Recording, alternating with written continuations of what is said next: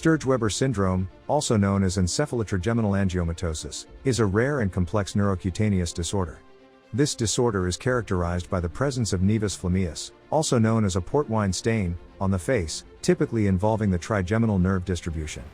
Along with the facial birthmark, Sturge-Weber syndrome is also associated with leptomeningeal angiomas, which are abnormal blood vessels in the brain, and various neurological and ophthalmological abnormalities.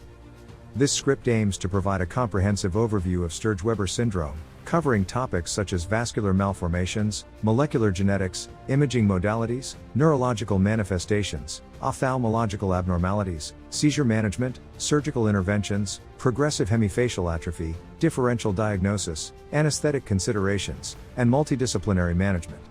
By exploring these topics in detail, we hope to enhance your understanding of this complex condition and its management. Vascular malformations are a hallmark feature of Sturge-Weber syndrome. The leptomeningeal angiomas observed in this condition involve the pile vessels, typically restricted to one hemisphere of the brain. These abnormal blood vessels can result in increased blood flow and cause various neurological symptoms. The exact cause of these vascular malformations is not yet fully understood, but recent research suggests a somatic mutation in the NOC gene plays a significant role in their development. However, it is important to note that while the vascular malformations are present in most individuals with Sturge-Weber syndrome, the severity and extent of these malformations can vary widely among patients. Comprehensive imaging techniques, such as magnetic resonance imaging, MRI, and angiography, are crucial for accurately diagnosing and characterizing the extent of these vascular abnormalities. Recent advancements in genetic research have shed light on the molecular mechanisms underlying Sturge-Weber syndrome. Somatic mutations in the NOC gene have been identified in the affected tissues of individuals with this condition. The NOC gene encodes a protein involved in signal transduction and is believed to play a crucial role in the development of leptomeningeal angiomas in Sturge-Weber syndrome. These somatic mutations are hypothesized to occur during early embryonic development, leading to the abnormal proliferation and differentiation of endothelial cells during the formation of blood vessels. The understanding of the molecular genetics and pathogenesis of Sturge-Weber syndrome is still evolving, and further research is needed to unravel the complex mechanisms underlying this condition. Accurate diagnosis and characterization of leptomeningeal angiomas are crucial for managing Sturge-Weber syndrome effectively. Several imaging modalities are utilized to visualize these vascular malformations and assess their extent. Magnetic resonance imaging, MRI, is considered the gold standard for visualizing and evaluating the pile vessels and associated structural abnormalities in the brain. MRI with contrast enhancement provides detailed anatomical information, including the size, location, and extent of the leptomeningeal angiomas.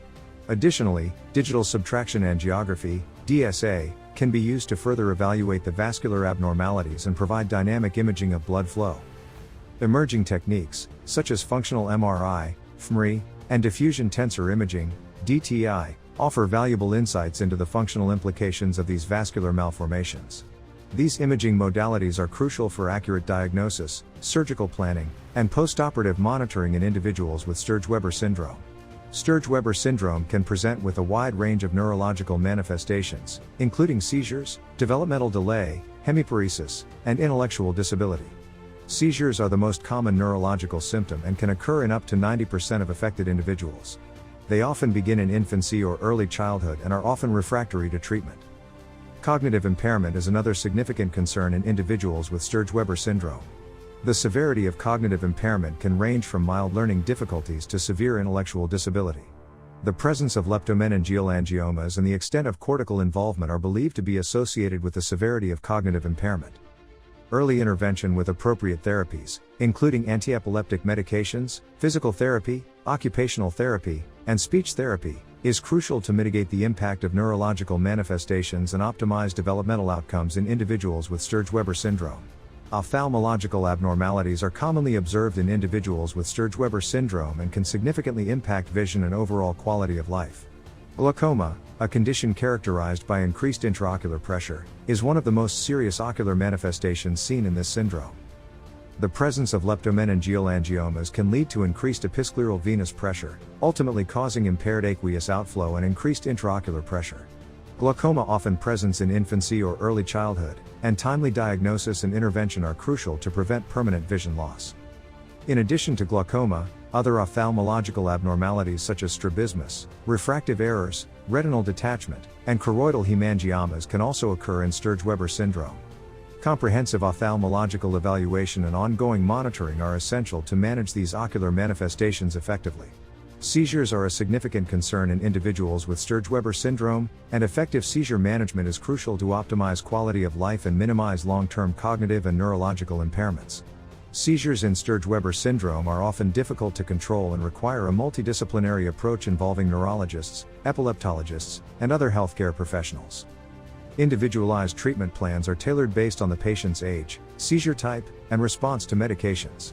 Anti-epileptic drugs, AEDs, are the primary treatment modality for seizure management. However, it is important to carefully select AEDs, considering the potential drug-drug interactions and side effects, as well as their impact on cognitive function. Surgical interventions, such as hemispherectomy or focal cortical resection, may be considered in refractory cases, aiming to achieve long-term seizure control and improve quality of life. These surgical interventions require careful evaluation and consideration of the individual patient's unique characteristics and seizure semiology. In cases of refractory epilepsy that are unresponsive to medications, surgical interventions may be necessary to achieve seizure control and improve overall quality of life. Hemispherectomy, a surgical procedure involving the removal or functional disconnection of one hemisphere of the brain, is an option considered for severe cases of epilepsy in Sturge-Weber syndrome. Hemispherectomy aims to minimize seizure activity by eliminating the epileptogenic focus, which is typically located in the affected hemisphere containing the leptomeningeal angiomas.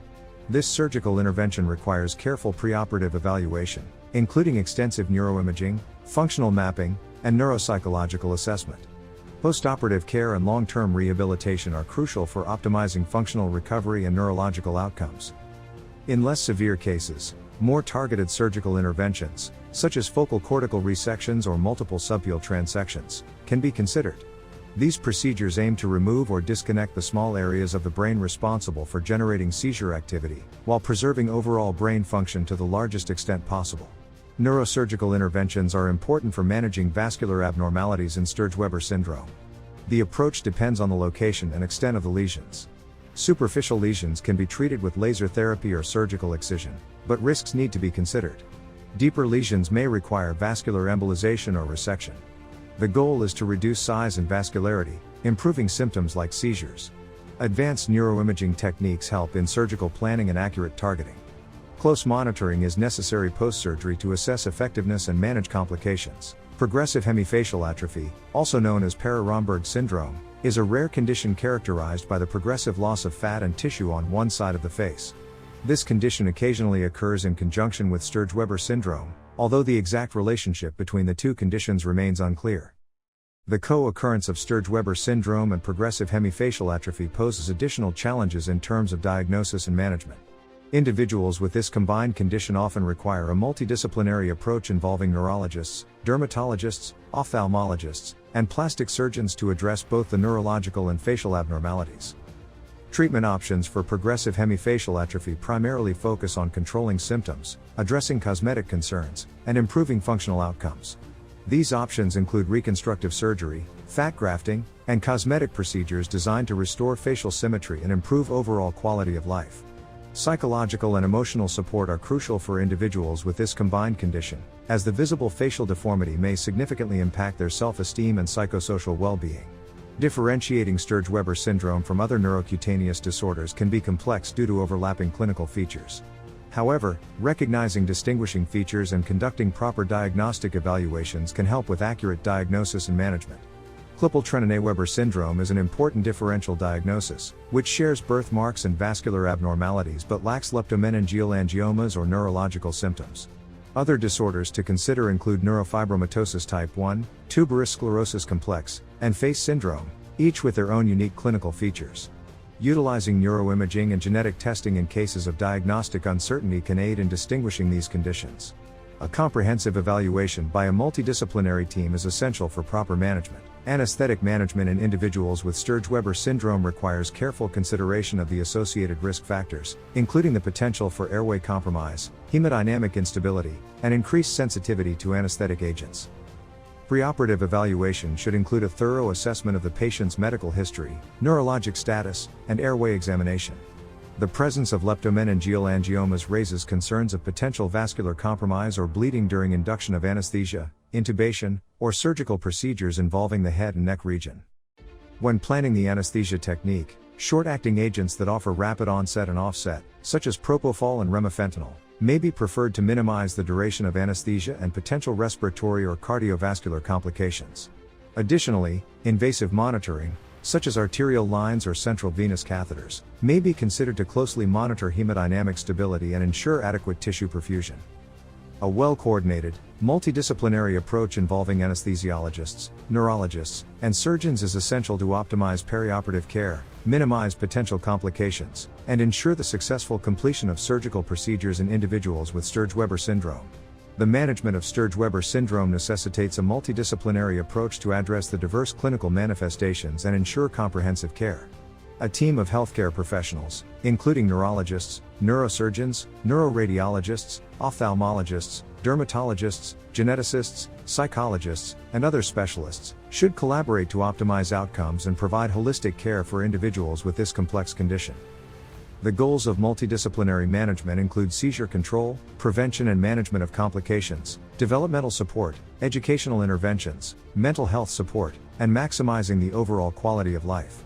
Regular medical follow-up, including neuroimaging and ophthalmological evaluations, is crucial to monitor disease progression, adjust treatment strategies, and address any emerging concerns.